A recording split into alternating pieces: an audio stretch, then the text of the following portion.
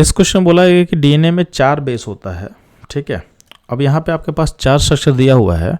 अब बोला है इसमें कौन सा फिगर होगा जो डीएनए के बेस से मैच नहीं करेगा। तो ध्यान देंगे, एनसीईआरटी में आपके सामने जितना ही बेसिस होता है वो वहाँ पे दिया हुआ है। अब डीएनए में कौन कौन सा बेस होता है? एडेनाइन होता है, गुआनाइन होता है, साइटोसिन होता है, थायमिन होता है, ठीक है।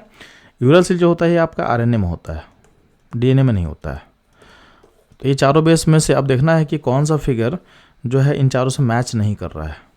तो जो पहला फिगर आप देखोगे तो पहला फिगर आपका इससे मैच कर जाएगा, फर्स्ट फिगर एडेनाइन से मैच कर जाएगा।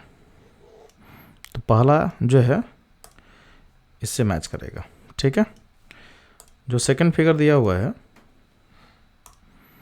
तो सेकंड फिगर जो दिया हुआ है यहाँ पे देख रहे हो आप, ये मैच कर जाएगा थायमिन से। बात समझ में आया?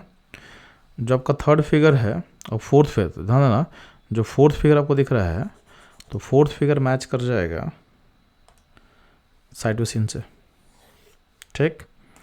अब यहाँ जो थर्ड फिगर है, थर्ड फिगर जो है वो थर्ड फिगर हमारे किसी भी कंपाउंड से मैच नहीं करेगा। यानी थर्ड फिगर जो है वो डीएनए के बेस को रिप्रेजेंट नहीं कर रहा है।